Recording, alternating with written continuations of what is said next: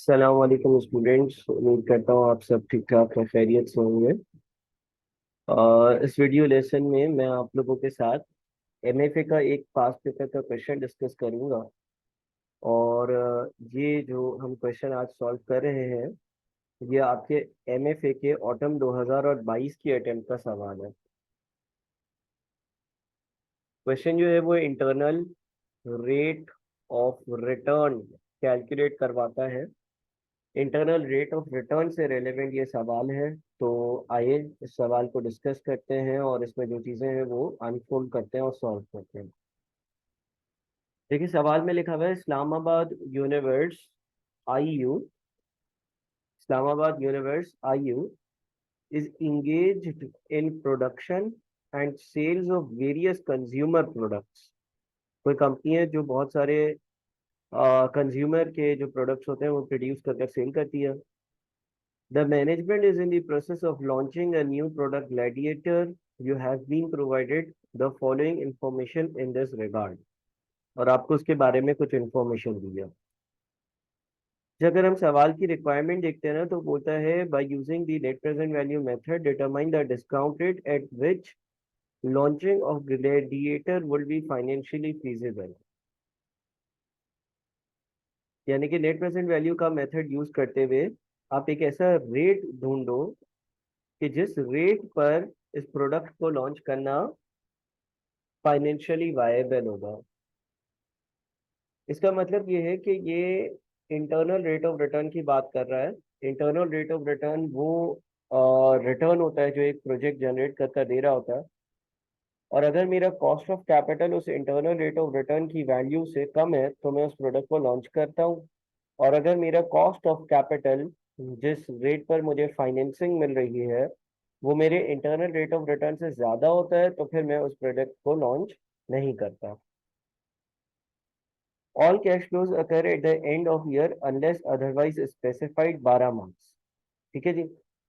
अच्छा अब इस सवाल को हम जो है वो पहले समझते हैं पूरे सवाल को। पहले पॉइंट में लिखा हुआ है IU has outsourced the due diligence of gladiator at the cost of rupees 250,000 which is payable shortly। देखिए ड्यू डिलिजेंस क्या होता है कि जब आप कोई प्रोडक्ट लॉन्च कर रहे हो उससे पहले आपने प्रोबेबली किसी कंपनी को 2.5 लाख रुपए दिए थे जिसमें आपको वो कुछ रिसर्च कर कर बताए कि क्या ये प्रोडक्ट जो है ये लॉन्च करना वायबल होगा भी या नहीं, या कुछ फायदा दे भी सकेगा या नहीं। तो इस तरह की जितनी भी कॉस्ट होती हैं जो कि आप अपने प्रोडक्ट के लॉन्च से पहले पे करते हो ये डिसीजन मेकिंग के कॉन्सेप्ट के हिसाब से संक कॉस्ट कहलाती हैं। और ये संक कॉस्ट आपके डिसीशंस के लिए रेलेवेंट नहीं होती हैं और इसीलिए आप इनको अपनी मेन वर्किंग्स में कभी भी शामिल नहीं करते। संक कॉस्ट की एक और एग्जांपल ये हो सकती है कि मिसाल के तौर पर लेट से आपने गाड़ी खरीदनी है। गाड़ी का ऐड जो है वो अखबार में क्लासिफाइड सेक्शन में आप देख रहे हो। अब वो जो न्यूज़पेपर या वो जो अखबार था वो आपने 2 दिन पहले खरीदा था और 50 रुपए का वो अखबार आया था। अब अगर अच्छी गाड़ी मिलेगी न्यूज़पेपर में तो मैं खरीदूंगा और नहीं मिलेगी तो मैं नहीं खरीदूंगा। मेरे डिसीजन लेने के लिए ये रेलेवेंट नहीं होगा कि मैंने 50 रुपए का अखबार लिया है। संक कॉस्ट कोई भी ऐसी पास्ट कॉस्ट जो कि मेरे डिसीजन मेकिंग से पहले इनकर करी जाए वो मेरे लिए रेलेवेंट नहीं होती है। मिसाल के तौर पे लेट से आप जो है वो किसी कस्टमर को अपना कोटेशन देते हो। कोटेशन के लिए जो है वो आप पूरा क्या कहते हैं एक प्रॉपर प्रिंट आउट अपने कस्टमर को भेजते हो और उस कोटेशन को प्रिंट करवाने के लिए आपने 200-300 रुपए पे करे हैं। तो जब आप अपना फाइनल डिसीजन ले रहे होते हो तो उसके लिए उसको कंसिडर नहीं करते हो। ये चीज़ें डिसीजन मेकिंग के चैप्टर में आपको पढ़ाई जाती हैं। डिसीजन मेकिंग के जो कॉन्सेप्ट्स हैं उसमें आपने ये चीज़ें देखी होंगी। तो इसीलिए हमारे डिसीजन के लिए भी ये एक संक कॉस्ट होगी, पास्ट कॉस्ट होगी। इसके बाद लिखा हुआ है 2 में अ specialised machine costing 25 million would be needed for the production of gladiator. अब ये जो मुझे मशीन की जरूरत होगी, ये जो मुझे मशीन की जरूरत होगी और ये 25 मिलियन रुपए की जो मशीन है, इसके लिए मैंने पैसे पे करे होंगे। इसके लिए मैंने एक कैश का आउटफ्लो अकर करा होगा। ये मेरा कैश का आउटफ्लो है, ये मेरी वर्किंग्स में आएगा। मैं अगर किसी प्रोडक्ट को लॉन्च करने के लिए किसी पर्टिकुलर अमाउंट की या पैसों की पेमेंट करता हूँ तो वो मेरे कैश आउटफ्लो में आता है। और जाहिर है मैंने 25 मिलियन की vehicle purchase specialised machine purchase करने के लिए पेमेंट करी होगी, और ये पेमेंट जो है वो ग्लैडिएटर को बनाने के लिए हमने करी है। तो हम इसको अपने वर्किंग्स में इनकॉर्पोरेट करेंगे। फिर लिखा हुआ है the machinery would be financed by a bank loan that will carry interest rate of 12% per annum. देखिए, इस मशीन को खरीदने के लिए मैंने कुछ लोन लिया है, और जो बैंक लोन लिया है उस बैंक लोन पे मुझे 12% के हिसाब से इंटरेस्ट पे करना है। अब दो चीजें होती हैं फाइनेंशियल मैनेजमेंट में, एक इन्वेस्टमेंट डिसीजन और एक फाइनेंसिंग डिसीजन। फाइनेंसिंग डिसीजन हमें ये बताता है कि आपने पैसा कहाँ से लेना है, कहाँ सस्ता पैसा मिलेगा और किस रेट पर। इन्वेस्टिंग डिसीजंस में आप ये देख रहे होते हो कि उन पैसों का इस्तेमाल कहाँ करना है, कहाँ वो पैसा लगाना है, कहाँ वो पैसा इन्वेस्ट करना है। जिस तरह से यहाँ पर हम बैंक का लोन ले रहे हैं और बैंक का लोन लेकर हम एक मशीन जो है, स्पेशलाइज्ड मशीन जिसपे ग्लैडिएटर्स बनेंगे, उस पर इन्वेस्टमेंट कर रहे हैं, उस पर पैसा लगा रहे हैं। अब यहाँ पर ये बात याद रहे कि जो बैंक लोन पर मैंने इंटरेस्ट पे किया है, वो जो हमारा कॉस्ट ऑफ कैपिटल है, उस कॉस्ट ऑफ कैपिटल में ये चीज ऑलरेडी इनबिल्ट होगी, शामिल होगी। इंटरेस्ट के एक्सपेंस के अमाउंट की, जो इंटरेस्ट का एक्सपेंस है, यानी कि 25 मिलियन का 12% ये आपने इंटरेस्ट दिया होगा ना, ये आप अपनी मेन वर्किंग में कभी भी शामिल नहीं करते हो। जो डिस्काउंटिंग का रेट होता है उसमें ये चीज ऑलरेडी इनकॉर्पोरेटेड होती है, उसमें ऑलरेडी ये चीज इनबिल्ट होती है। आप जो इंटरेस्ट का अमाउंट पे कर रहे होते हो वो आपके फाइनेंसिंग से रिलेवेंट है, उसको आप अपने पास कैश फ्लोज में नहीं लिखा करते हो। The machine will be expected to produce 10,000 units in the first year of its operation. However, the production will reduce by 10% and 15% in the second and third years respectively. पहले साल 10,000 units बनेंगे, पहले साल। उसके बाद क्या होगा कि यूनिट्स की प्रोडक्शन 10% से कम हो जाएगी दूसरे साल में, और फिर मजीद 15% से कम हो जाएगी तीसरे साल में। यानी कि पहले साल 10,000 यूनिट्स बनेंगे, फिर अगर लेट से मैं 10,000 को 10% से कम करता हूँ, पहले साल 10,000, दूसरे साल 10,000 को 10% से अगर कम करेंगे तो 90% यूनिट्स रह जाएंगे। ठीक है ना? 10,000 में से 10,000 का 10% माइनस कर लो, या 10,000 का 90% ले लो, तो दूसरे साल आपने 9,000 यूनिट्स बनाए होंगे। तीसरे साल ये वाले यूनिट्स, यानी कि दूसरे साल के जो यूनिट्स है वो मजीद 15% कम हो रहे हैं। मजीद 15% कम होने का मतलब ये हो गया कि पहले साल 10,000, फिर उसका 90% दिया 9,000। अब 9,000 में से 9,000 का 15% माइनस कर दो, या 9,000 का 85% ले लो। मजीद आपने 9,000 को 15% से कम करना, तो 7,650 units. The machine will be expected to produce 10,000 units in the first year of its operation. However, the production will reduce by 10% and 15% in the second and third years respectively. At the end of third year, an overhauling will be carried out at the cost of 2.5 million. This will result in continuation of third year's production in the fourth and fifth year.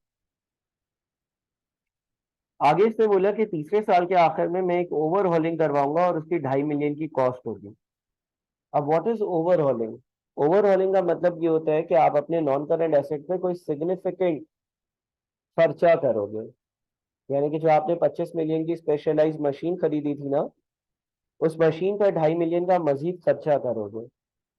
अब ये जो overhauling की cost होती है, ये हमारे asset की जो मेन एसेट की कॉस्ट है उसमें कैपिटलाइज होती है, उसमें ऐड होती है, उसमें शामिल करी जाती है। This will result in continuation of third years production in the fourth year and fifth year. इससे होगा ये कि जितने यूनिट्स आप तीसरे साल बना रहे थे उतने यूनिट्स चौथे और पांचवें साल भी बना सकोगे। ठीक है। The selling price and cost of goods sold other than depreciation of Gladiator will be rupees 1600 and rupees 750 per unit respectively. ये डेप्रिसिएशन के अलावा, अब डेप्रिसिएशन को अलग क्यों कर दिया सर? डेप्रिसिएशन जो है ना वो एक नॉन कैश एक्सपेंस है। जब हम डेप्रिसिएशन की बात करते हैं तो depreciation is a non cash expense. Although depreciation हमारा एक्सपेंस जरूर है, लेकिन जो डेप्रिसिएशन का अमाउंट है वो आप किसी को पे नहीं करते हो, यानी कि डेप्रिसिएशन कैश का आउटफ्लो नहीं है, डेप्रिसिएशन कैश की पेमेंट नहीं है। The fixed operating cost of producing gladiator will be rupees 1 million per annum, whereas variable operating cost will be rupees 100 per unit.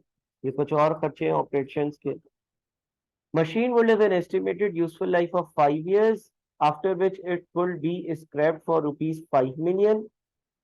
The machine and overhauling costs will be subject to tax depreciation of 25% on reducing balance method. देखिए जो machine है ना उसकी total जिंदगी 5 साल है। 5 साल के आखिर में मशीन को 5 मिलियन में बेच दिया जाएगा। तो 5 साल के आखिर में उसकी नेटबुक वैल्यू और उस मशीन की जो प्रोसीड्स है उसके बीच में कोई गेन या लॉस ऑन डिस्पोजल आ रहा होगा। साथ में लिखा हुआ है the machine and overhauling cost will be subject to tax depreciation of 25% on reducing balance method. Sir इसका क्या मतलब है? देखिए टैक्स वाला जब आपसे टैक्स लेता है ना तो वो टैक्स आपके रेवेन्यू पर नहीं लेता। टैक्स वाला आपका टैक्स जो है वो आपके रेवेन्यू पर नहीं लेता बल्कि आपके प्रॉफिट पर लेता है। यानी कि जितना रेवेन्यू आया माइनस जितने भी खर्चे हुए वो माइनस करो, फिर जो आपके पास बच गया जिसको आप प्रॉफिट कहते हो उस प्रॉफिट पर आप टैक्स दो। तो अगर किसी सवाल में ये लिखा हुआ है कि टैक्स डेप्रिसिएशन ऑफ 25% और रिड्यूसिंग बैलेंस मेथड ये टैक्स वाला अलाउ करता है, इसका मतलब ये कि टैक्स वाला ये कहता है कि जो तुमने एसेट खरीदा था, जो नॉन करंट एसेट खरीदा था, उसकी डेप्रिसिएशन माइनस कर कर फिर जो प्रॉफिट की वैल्यू बच जाएगी ना, तुम उस अमाउंट पर टैक्स पे करना। ठीक है। तो इसका मतलब ये हो गया कि ये जो 0.6 है ना, इससे हम अपनी डेप्रिसिएशन की, टैक्स अलावेबल डेप्रिसिएशन की रेलेवेंट वर्किंग्स करेंगे और टैक्स अलावेबल डेप्रिसिएशन जो है ना वो अपनी बुक्स में चार्ज करेंगे। और हम जब टैक्स पे करेंगे तो हम टैक्स अलावेबल डेप्रिसिएशन के अमाउंट पर टैक्स पे कर रहे होंगे। तो इसको मैं डिस्कस कर लेता हूँ। The applicable tax rate will be 30% and tax will be payable or refundable in the year in which the tax liability or asset will occur. 30% tax का रेट है, सीधी बात। All revenues and costs are quoted on today's rate. अब ये जो point लिखा हुआ है ना ये इंपॉर्टेंट बात है। लिखते हैं कि जितने भी रेवेन्यूज और कॉस्ट मैंने ऊपर आपको मेंशन करके दिए हुए हैं वो टुडेज रेट पर है। टुडेज रेट यानी कि जो उनकी वैल्यू आज होनी चाहिए, और आज का मतलब होता है ये नंबर 0। मिसाल के तौर पर लेट से इसने हमें ऊपर बुलेट नंबर 4 में कहा कि जो सेलिंग प्राइस होगी ना वो 1600 होगी। इसने हमें बुलेट नंबर 4 में ये कहा कि जो हमारी सेलिंग प्राइस होगी ना वो 1600 होगी, और यहां पर उसने ये कहा कि ये आज का रेट है। ठीक है। यानी कि ये नंबर 0 पर अगर आप आज के आज चीज बेचोगे तो वो 1600 में बिकेगी। अच्छा, जितने भी net present value, internal rate of return वगैरह के सवालात होते हैं उसमें हमारी अजम्पशन होती है कि जितना भी हमें रेवेन्यू मिलेगा वो किसी साल के आखिरी दिन मिलेगा, एंड में मिलेगा। यानी कि अगर मैं पहले साल यूनिट्स बेच रहा हूँ, सेल्स कर रहा हूँ, तो मैं एज्यूम करूंगा कि मुझे जो भी सेल्स प्रोसीड्स रिसीव हुई होंगी, पैसा रिसीव हुआ होगा, या जितने भी यूनिट्स मैंने पहले साल बेचे हैं वो Y1 पर बेचे हैं, पहले साल के आखिरी दिन बेचे हैं। ये जनरल अजम्पशन होती है। ठीक है।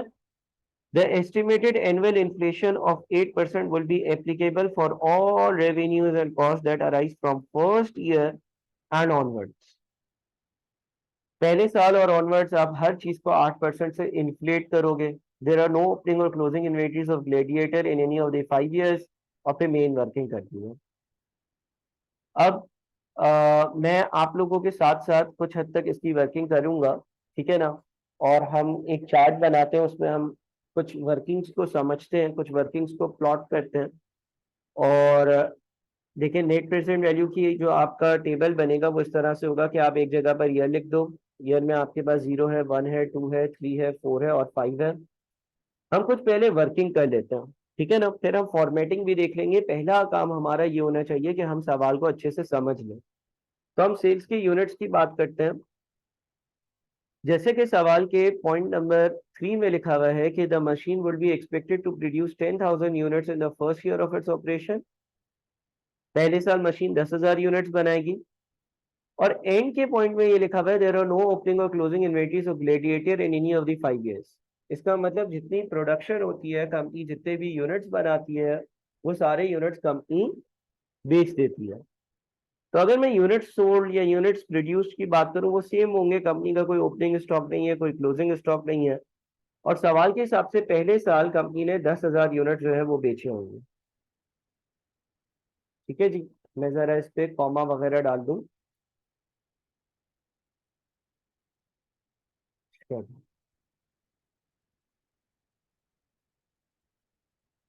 तो 10,000 यूनिट जो है वो कंपनी बेचेगी। और ये यूनिट्स कंपनी ने बेचे होंगे ये नंबर 1 पर। ठीक है। अच्छा, फिर अगले साल, पिछले साल जो यूनिट्स बेचे उसका 10% कम। 10% कम होने का मतलब ये है कि 90% पर हम आ जाते हैं, 9,000 यूनिट्स। इसके बाद 9,000 का 85%, क्योंकि 15% कम करना है। अगर किसी चीज को 15% कम करना है तो आप उसी चीज में से उसका 15% माइनस कर दो, या उस चीज का ही डायरेक्टली 15% दे दो, 85% दे दो। तो 7650 फिर सवाल में लिखा हुआ था इतने ही यूनिट अगले दोनों सालों में बिकते रहेंगे। ये सारी बातें बुलेट नंबर 3 में लिखी हुई थी, जिसके एंड में लिखा हुआ था this would result in continuation of third years production in the fourth and fifth year. तो ये यूनिट्स की बात हो गई। अब हम जरा सेलिंग प्राइस की वर्किंग कर लेते हैं। अच्छा जी, देखिए, सेलिंग प्राइस जो 1600 दी हुई है ना, उसके बारे में लिखा हुआ है कि ये करंट, जो आपके पास करंट प्राइस टर्म्स में दी हुई है सेलिंग प्राइस। आपके पास यहाँ पर 8 में मेंशन था all revenues and cost are quoted on today's rate, यानी कि जितनी इसकी सेलिंग प्राइस ये नंबर 0 पर होनी चाहिए वो दी हुई है। तो हम तो पहली बार यूनिट जो बेचेंगे वो ये नंबर 1 पर बेचेंगे, लिहाजा मैं 1600 को मल्टीप्लाई कर दूंगा 1.08 से। 1.08 से इसलिए मल्टीप्लाई किया क्योंकि हम 8% के हिसाब से इस वैल्यू को इंक्रीज कर रहे हैं। तो 1600 इंटू 1.08 यानी कि 1728। फिर वापस से ये चीज 1.08 से मल्टीप्लाई होगी, फिर दोबारा, फिर दोबारा, फिर दोबारा। ठीक है जी। हर साल सेलिंग प्राइस जो है वो 8% से इंक्रीज होगी। ये सवाल में मेंशन था कि इन्फ्लेशन की वजह से आप 8% से सेलिंग प्राइस हर साल इंक्रीज कर दोगे। तो जो 1600 दिया हुआ था सर, वो Y1 का नहीं दिया हुआ था, नहीं, वो करंट टर्म्स में दिया हुआ था, यानी कि Y0 के हिसाब से दिया हुआ था। तो हमने फिर उसको 1.08 से मल्टीप्लाई किया, फिर फर्दर 1.08 से, फिर फर्दर 1.08, और इस तरह से हम उसको इंक्रीज करते गए। इसी तरह से हम ये जो कॉस्ट ऑफ गुड सोल्ड लिखा हुआ है ना, कॉस्ट ऑफ गुड सोल्ड जो कि 750 लिखा हुआ है, ये भी करंट वैल्यू की टर्म्स में लिखा हुआ है। तो इसको हम एक बार 1.08 से मल्टीप्लाई करते हैं, और फिर हमेशा इसी को हम 1.08 से पिछली वैल्यू को मल्टीप्लाई करते रहेंगे, तो अगली वैल्यू हमारे पास आती रहेगी, यानी कि 1.08, 1.08, 1.08।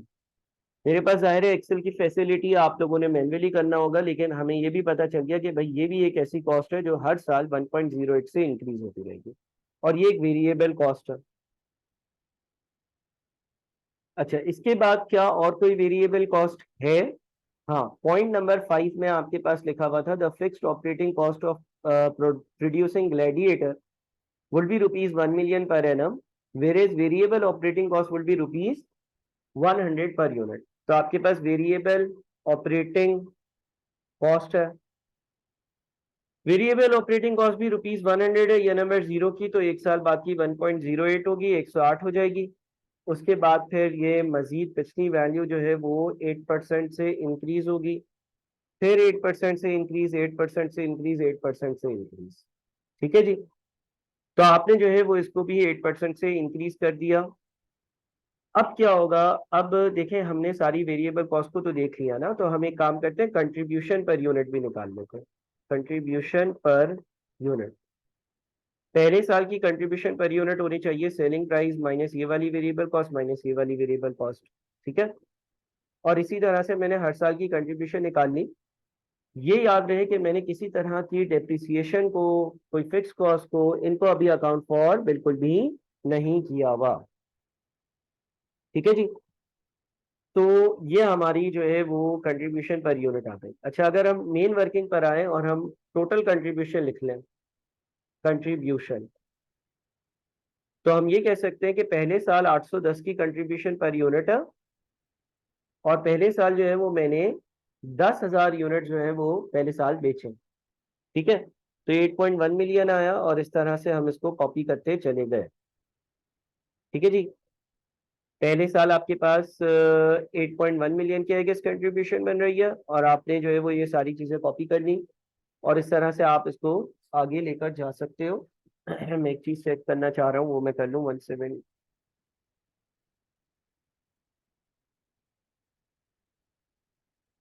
ठीक है जी। तो मैंने क्या किया, मैंने जो है वो कंट्रीब्यूशन पर यूनिट क्योंकि ढूंढ ली थी। अच्छा, एक और काम करते हैं, हम ये मेन वर्किंग जो है ना इन थाउजेंड्स कर देते हैं। जो नीचे वाली वर्किंग है ना वो इन थाउजेंड्स कर देते हैं, हमारे लिए आसानी रहेगी। तो मैं इसको डिवाइडेड बाई 1000 भी साथ में कर दूं, और अब कॉपी पेस्ट कर दूं। ठीक है जी। ताकि थोड़ा सा सिमट जाए वर्किंग है, आसान हो जाए। अब ये 8100 नहीं है, ये 8.1 मिलियन में चला गया। अच्छा, फिर हम बात कर लेते हैं अपनी फिक्स कॉस्ट की। अच्छा, फिक्स कॉस्ट जो दी हुई थी सवाल में, अगर हम पॉइंट नंबर 5 देखते हैं तो लिखा हुआ है the fixed operating cost of producing gladiator will be ₹1 million per annum. 1 million per annum की आपके पास जो फिक्स कॉस्ट है ना वो दी हुई है। अगेन, इस पर अगर क्लॉज नंबर 8 अप्लाई करते हैं तो हमें इसको 8% से इन्फ्लेट करना होगा। इन्फ्लेट करने का मतलब ये हो गया कि 1 मिलियन, अच्छा 1 मिलियन में कहाँ गई वैल्यू?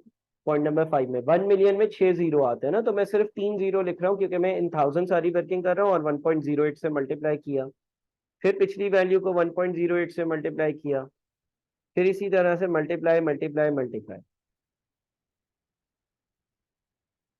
ये आपके पास ये सारी वैल्यूज आ गई। ठीक है जी। अच्छा जी, इन वैल्यूज के बाद अब देखें, ये कॉस्ट के बाद कुछ डेप्रिसिएशन की कॉस्ट भी है। अच्छा, डेप्रिसिएशन की अब हम वर्किंग करते हैं। देखिए, हमने कितने की मशीन ली थी?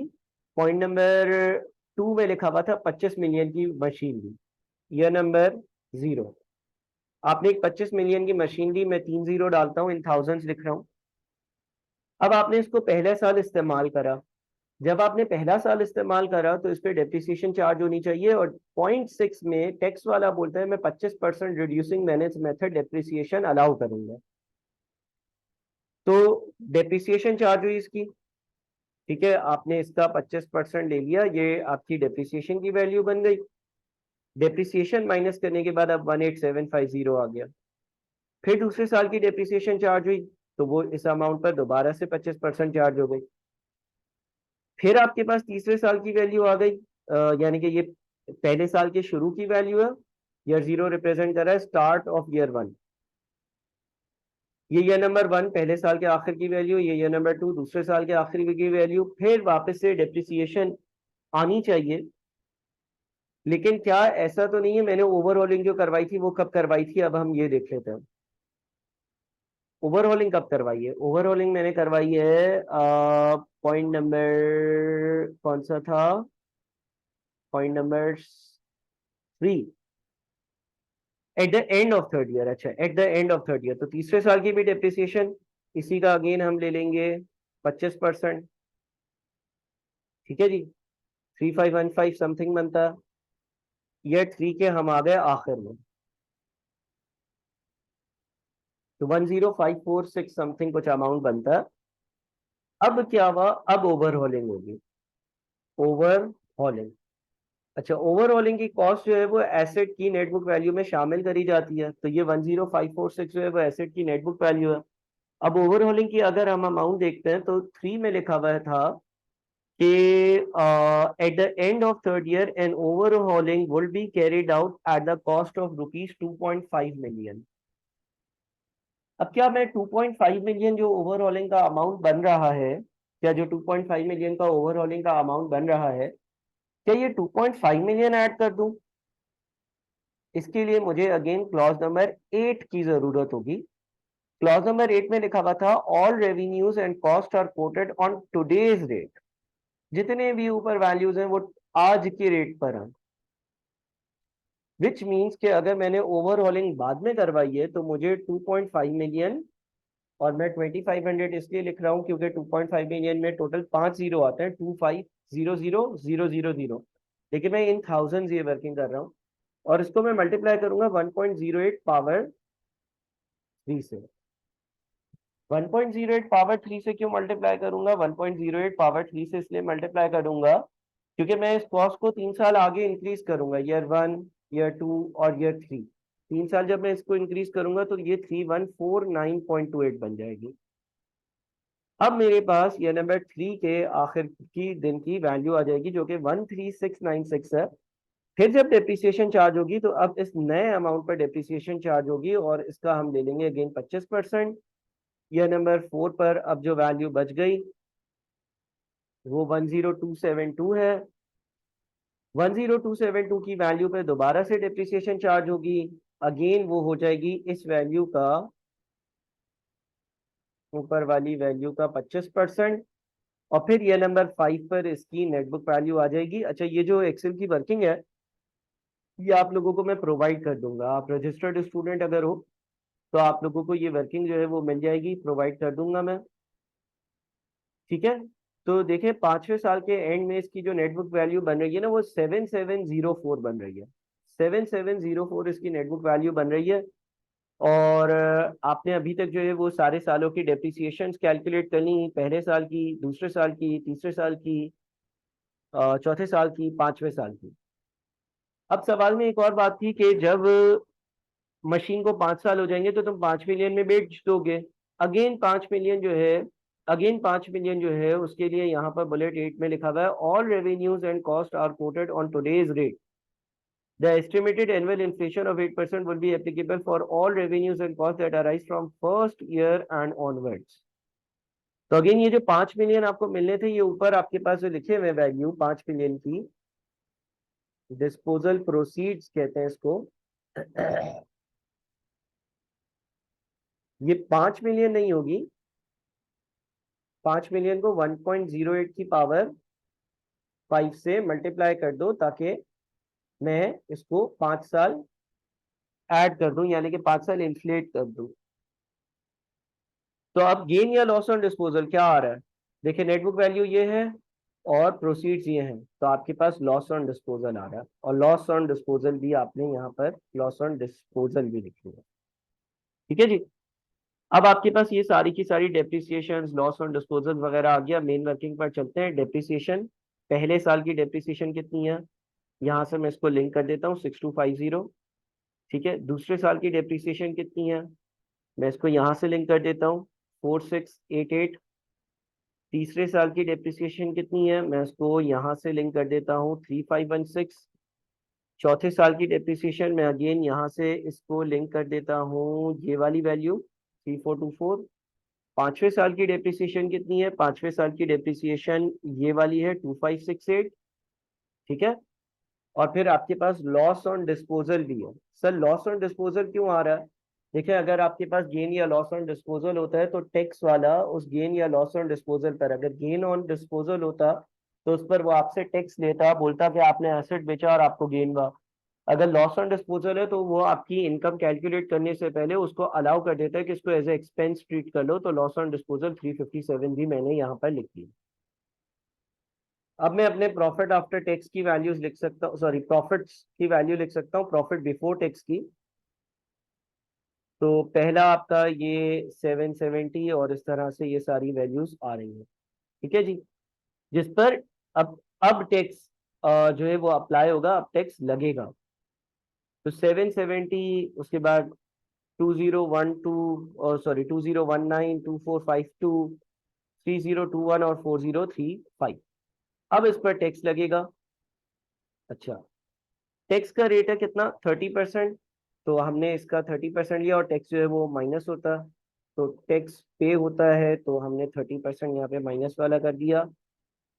अच्छा, यहाँ पर भी कॉमा वगैरह डालने पड़ेंगे, थोड़ी फॉर्मेटिंग अच्छी कर दें। ठीक है जी, अब प्रॉफिट आफ्टर टैक्स आएगा। प्रॉफिट आफ्टर टैक्स क्या होगा भाई, इसमें से इसको माइनस और इसी तरह से हमने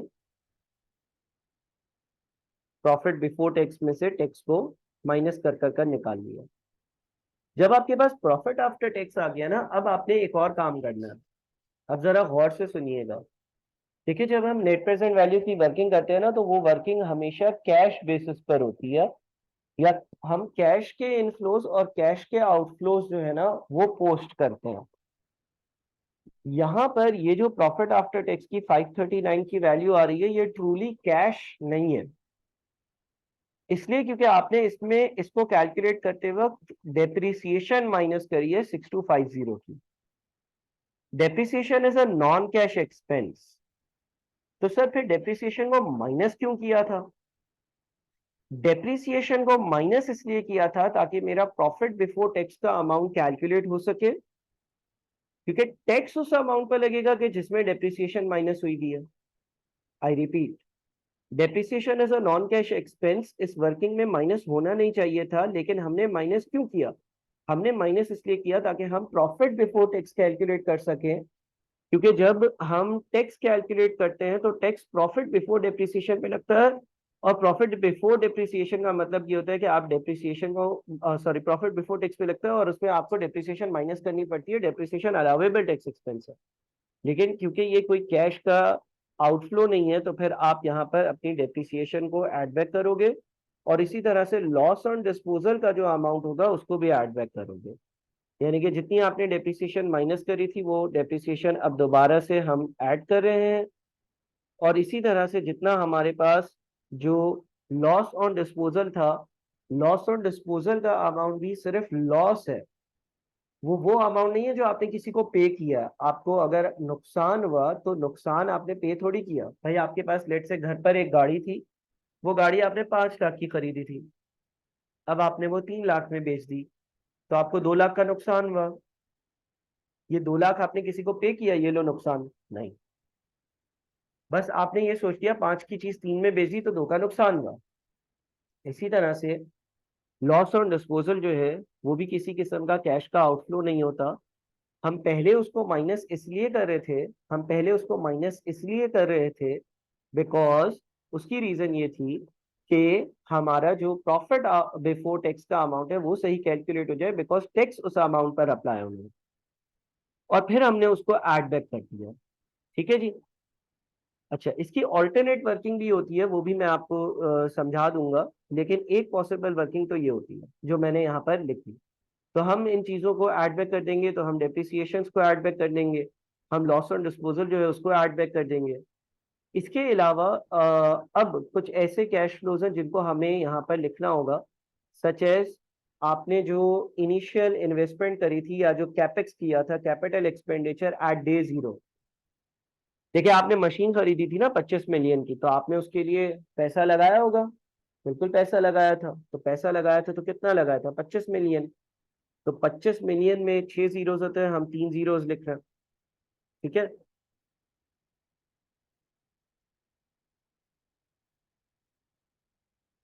इसके अलावा कोई पैसा लगाया था क्या, कोई कैश का इनफ्लो आउटफ्लो हुआ था? बिल्कुल इनफ्लो आउटफ्लो हुआ था, कौन सा? 2.5 मिलियन की ओवरहॉलिंग करवाई थी, या नंबर 3 तीसरे साल के आखिर में, तो 2500 यहाँ पर नेगेटिव का आ जाएगा। साथ में ये बात याद रहे कि ये ऊपर क्यों नहीं लिखा, यानी कि ये जो 2.5 मिलियन का मैंने ओवरहॉलिंग का खर्चा किया, ये मैंने यहाँ पर प्रॉफिट एंड लॉस अकाउंट में क्यों नहीं लिखा? भाई जब आप ओवरहॉलिंग करवाते हो तो ओवरहॉलिंग की depreciation profit and loss account में जाती है, बिल्कुल जाती है, और वो गई भी है, और वो इसमें शामिल भी है। आप देखोगे नई वाली डेप्रिसिएशन जब ऐड कर दिया था अमाउंट उस पर लगाई थी। लेकिन जो ओवरऑलिंग करवाते हैं उसकी डबल एंट्री होती है, नॉन करंट एसेट डेबिट और बैंक या कैश क्रेडिट, यानी कि उसकी पेमेंट होती है लेकिन उसकी कोई, उसको आप प्रॉफिट एंड लॉस अकाउंट में एज रेवेन्यू एक्सपेंडिचर ट्रीट नहीं करते हो।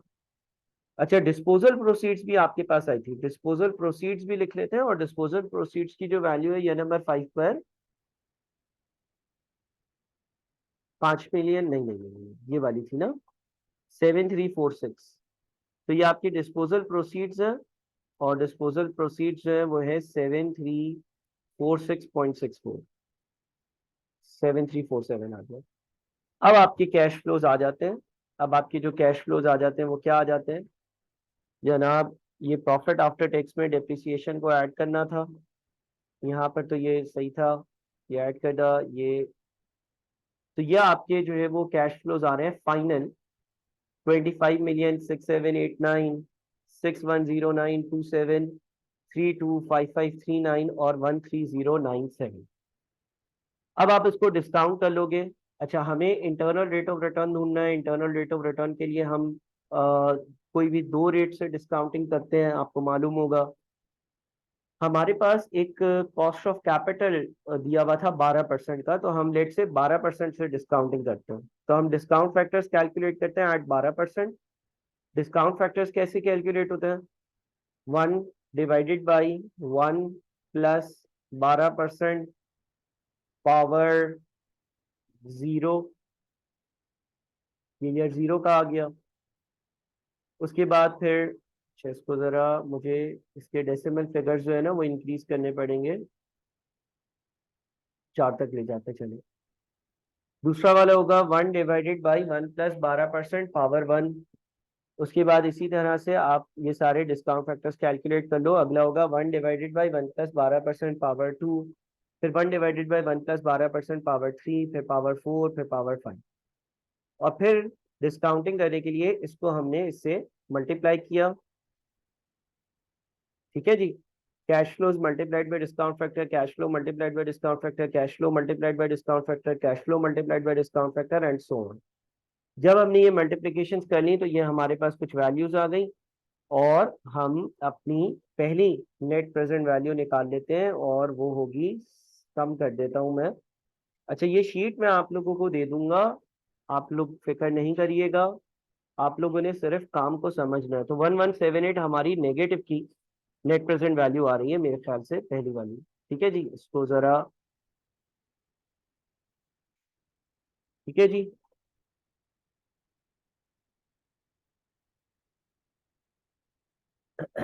अच्छा, अब जब ये नेगेटिव आ रही है, जब ये वैल्यू नेगेटिव आ रही है तो हम एक और रेट लेते हैं, और वो रेट ले लेते हैं लेट से थोड़ा सा कम, 10% भी हो सकता है, 9% भी हो सकता है, लेट से 8% ले लेते हैं। 8% का एक रेट ले लेते हैं। ठीक है, तो अब हम कैलकुलेट करते हैं डिस्काउंट फैक्टर्स एट 8%।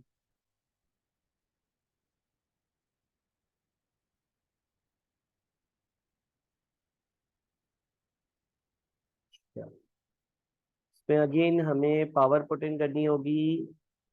सबसे पहले 0, यहाँ से लिंक कर देता हूँ।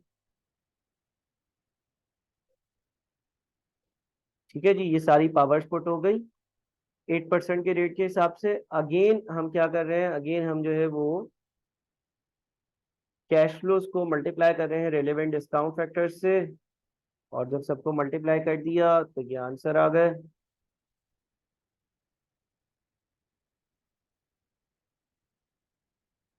फिर हमने दोबारा से नेट प्रेजेंट वैल्यू कैलकुलेट करी, और वो नेट प्रेजेंट वैल्यू हमारे पास इन सबका सम यानी कि 1670 आ गई। ठीक है जी, 1670 हमारे पास नई वाली नेट प्रेजेंट वैल्यू आ गई।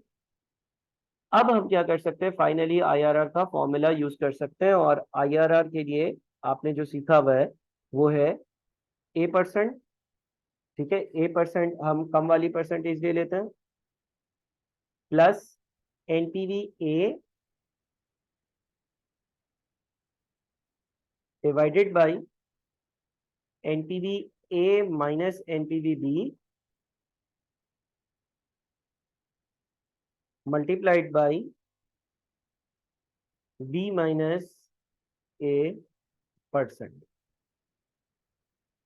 तो ये हमारा आंसर तकरीबन मेरे ख्याल में 10% के लगभग आ रहा होगा। 10.35% आ रहा है। अच्छा, अब देखिए आपका आंसर जो है ना वो थोड़ा डिफरेंट हो सकता है, क्योंकि यहाँ पर हम जो टेक्निक यूज करते हैं ना वो टेक्निक यूज करते हैं एक्सट्रापोलेशन की। और हो सकता है कि कोई जो है वो रेट्स 9% या 10% ले और उसका आंसर 9.59 आए, किसी का आंसर 10 आए। लेकिन अगर आपकी वर्किंग ठीक है तो ये एक्सेप्टेबल है।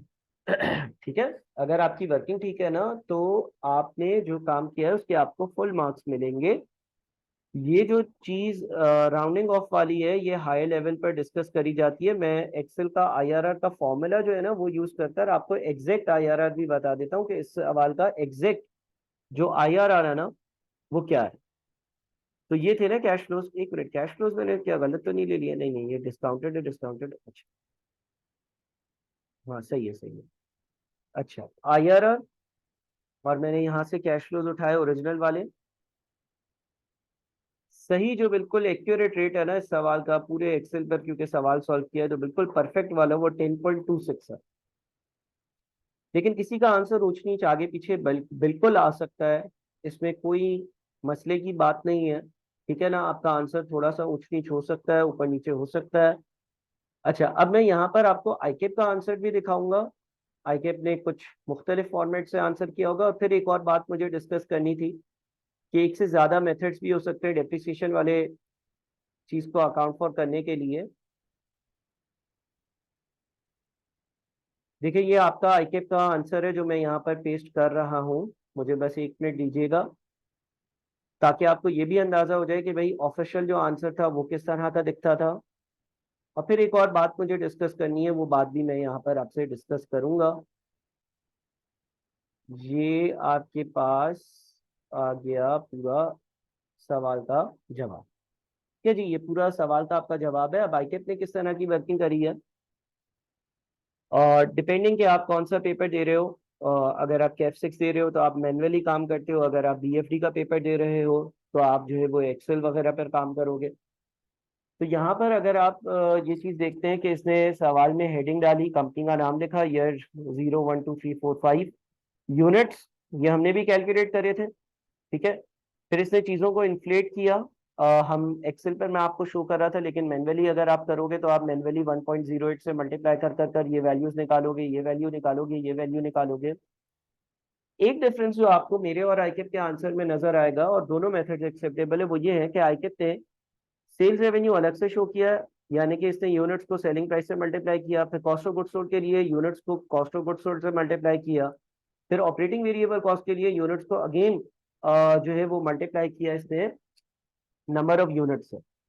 मैंने क्या किया, मैंने ये किया कि मैंने कंट्रीब्यूशन पर यूनिट निकालकर और यूनिट से मल्टीप्लाई किया। अगर आप आईकेप के आंसर में ये चीज देखोगे ना कि 17280 माइनस 8100 माइनस 1080, तो ये बनेगा 8100। मैंने क्या किया, मैंने ये जो वैल्यूज थी ना इसको, इससे कंट्रीब्यूशन पर यूनिट निकाली, और फिर कंट्रीब्यूशन पर यूनिट को मैंने नंबर ऑफ यूनिट से मल्टीप्लाई किया। तो आप एक ही जगह पर पहुंचोगे, मसला नहीं है।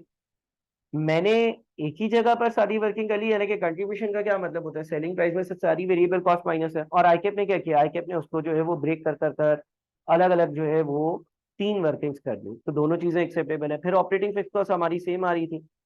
अच्छा, मशीन की परचेज की जो वैल्यू है वो ईयर 0 की, वो आईकेप ने यहाँ पर लिख दी है। मैंने इसको बाद में मेंशन किया। ठीक है ना, मैंने इसको बाद में इसलिए इसलिए मेंशन किया क्योंकि ये आपका कैश का आउटफ्लो तो है, लेकिन ईयर नंबर 0 का ये कोई प्रॉफिट बिफोर टैक्स नहीं है, तो ये मुझे मुनासिब नहीं लगा, ये मुझे थोड़ा सा सही नहीं लगा। क्योंकि प्रॉफिट्स तो आपने यहाँ से सेल्स रेवेन्यू लेस कॉस्ट से कमाना शुरू करें, और प्रॉफिट्स में आपके पास डेप्रिसिएशन होता है, कैपेक्स की जो वैल्यू होती है, कैपिटल एक्सपेंडिचर जो होता है वो आपको प्रॉफिट बिफोर टैक्स में नहीं आता, तो ये थोड़ा सा सही नहीं लग रहा मुझे। आप यहाँ पर इसको जो है इनकॉर्पोरेट करते तो ज्यादा बेहतर होता, जैसे कि मैंने किया। ठीक है ना। अच्छा, आईकेप ने फिर वही वाली चीज वापस करी है, देखें ऐड बैक कर दिया डेप्रिसिएशन को, loss on sale of machine वगैरह को, तो आगे चीजें सेम है। इसके बाद आईकेप ने 12% का रेट और 9% का रेट यूज किया, मैंने 8 और 12% का रेट यूज किया। आप एक रेट वो यूज कर लेना जो आपको सवाल में कोई कॉस्ट ऑफ कैपिटल वगैरह की वैल्यू दी हुई हो या उसका हिंट दिया हो, और दूसरा रेट उसके आसपास। ये चीज देख लेना कि अगर 12% पर आंसर नेगेटिव आ रहा है तो अगली परसेंटेज 12% से कम लेना। ठीक है। मिसाल के तौर पर 12% पर आंसर माइनस का 1630 आ रहा है ना, तो अगली परसेंटेज आपने 8%, 9%, 7% ली, जिससे आपका आंसर जो है वो पॉजिटिव का आ जाए। और अगर 12% पर आंसर पॉजिटिव का आ रहा होता ना, तो फिर मैं रेट ज्यादा लेता, 15%, 20%। फिर आईआरआर का फॉर्मूला यूज किया जो कि हमने टाइप कर कर एक्सेल में यूज किया। आईकेएम ने थोड़ी सी डेप्रिसिएशन की वर्किंग भी जो है वो अलग तरह की करी है और मैंने अलग तरह की करी है, दोनों एक्सेप्टेबल है।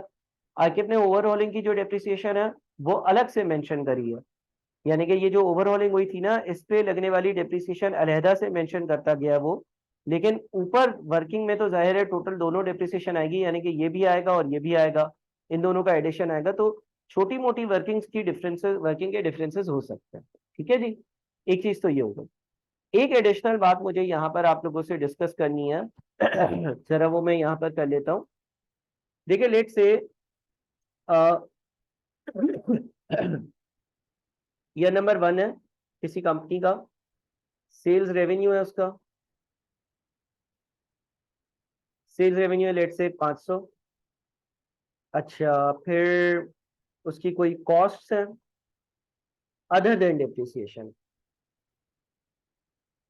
क्योंकि डेप्रिसिएशन से रिलेवेंट मुझे कोई चीज समझानी है आपको।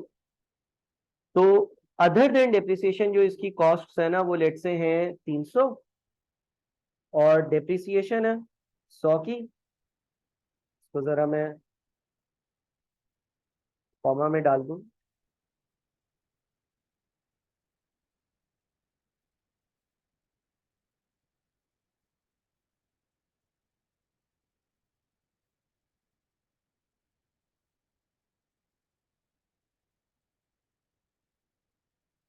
अच्छा, सेल्स है, सेल्स में से कॉस्ट है, डेप्रिसिएशन है, ये दोनों चीजें माइनस कर कर प्रॉफिट बिफोर टैक्स आ गया आपका, जो कि 100 रुपये आया। टैक्स का रेट समझ लो 30% है, टैक्स एट 30%। तो इसका 30% अगर हमने टैक्स ले लिया तो 30 रुपए का टैक्स बन गया। प्रॉफिट आफ्टर टैक्स क्या आया? प्रॉफिट आफ्टर टैक्स आपका 70 आ गया। फिर जब हम अपने नेट प्रेजेंट वैल्यू की वर्किंग करते हैं तो हम ये कहते हैं कि भाई डेप्रिसिएशन आपने माइनस तो किया था, लेकिन डेप्रिसिएशन आपने माइनस इसलिए किया था ताकि आप प्रॉफिट बिफोर टैक्स पर आ जाओ, क्योंकि टैक्स वाला जो है वो ये बोलता है कि जब तुम टैक्स पे करोगे या टैक्स लायबिलिटी कैलकुलेट करोगे तो तुम डेप्रिसिएशन माइनस कर जो प्रॉफिट बच जाएगा उस पर टैक्स का रेट अप्लाई करना। तो फिर मैंने डेप्रिसिएशन को ऐड बैक कर दिया जो कि 100 रुपये है, और मैंने कहा कि मेरे जो कैश फ्लोज होंगे वो 170 होंगे। ऐसे ही हमने ऊपर वाले सवाल में किया। ठीक है। कभी कभार आप इसी को एक ऑल्टरनेटिव, एक दूसरे अंदाज से भी देखोगे कुछ सवालात के जवाबात में। ये मेथड भी ठीक है कि आपने सेल्स में से सारे एक्सपेंसेस माइनस किए, पीबीटी पर आए, टैक्स चार्ज किया, प्रॉफिट आफ्टर टैक्स आया और उसमें डेप्रिसिएशन को ऐड बैक कर दिया तो कैश फ्लोज आ गए, ये ठीक है। लेकिन ऐसा भी हो सकता है, ऐसा भी हो सकता है कि आपके पास सेल्स हो, सेल्स की वैल्यू लिखी हुई है 500, उसके बाद आपके पास कॉस्ट हो अदर देन डेप्रिसिएशन और वो हो 300। अब डेप्रिसिएशन नॉन कैश एक्सपेंस है तो इसको मैं अकाउंट फॉर ही नहीं करूं। सर फिर क्या होगा? फिर तो चीजें गलत आएंगी। नहीं, सुनो जरा क्या करेंगे। ये कितना बच गया? 200। अब 200 पर टैक्स लगा लो, टैक्स एट 30%। इसका आपने 30% टैक्स ले लिया, 60 बना। ठीक है जी। आपने 200 में 60 को माइनस किया, 140 पर आ गए। सर लेकिन यहाँ पर आपने क्योंकि डेप्रिसिएशन को माइनस नहीं किया ना, तो टैक्स चार्ज ज्यादा हो गया थोड़ा सा। आई रिपीट, आपने क्योंकि डेप्रिसिएशन की वैल्यू को सब्ट्रैक्ट नहीं किया तो जो टैक्स लगना चाहिए वो थोड़ा सा ज्यादा लग गया। तो हम यहां पर एक चीज करेंगे, हम ऐड करेंगे इसमें टैक्स बेनिफिट ऑन डेप्रिसिएशन। देखो होता क्या है, अगर आपकी 100 की डेप्रिसिएशन है तो आपका पीबीटी 100 से कम हो जाता है, और जब पीबीटी कम हो जाता है तो टैक्स कम चार्ज होता है। ऊपर वाली इंफॉर्मेशन मैंने यूज की है, 500 500 300 300। सिर्फ मैंने जो डिफरेंस क्रिएट किया है वो ये है कि मैंने डेप्रिसिएशन को माइनस ही नहीं किया, क्योंकि डेप्रिसिएशन कोई पेमेंट नहीं है। जब माइनस किया था तो पीबीटी के बाद टैक्स कैलकुलेट कर पैट कैलकुलेट कर उसको एड बैक भी किया था।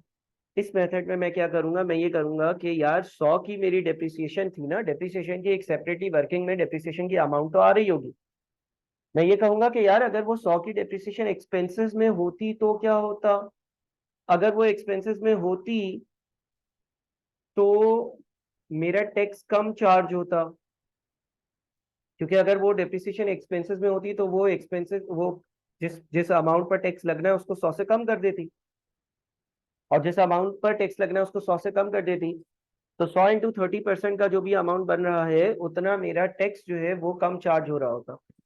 यानी कि मैं depreciation multiplied by tax rate कर दूं, depreciation multiplied by tax rate simple कहने का मतलब ये है कि भाई 30 रुपए का आपको बेनिफिट मिल रहा था उस डेप्रिसिएशन के होने की वजह से, और आप देखो 140 प्लस 30 आप वापस से 170 पर ही आ गए।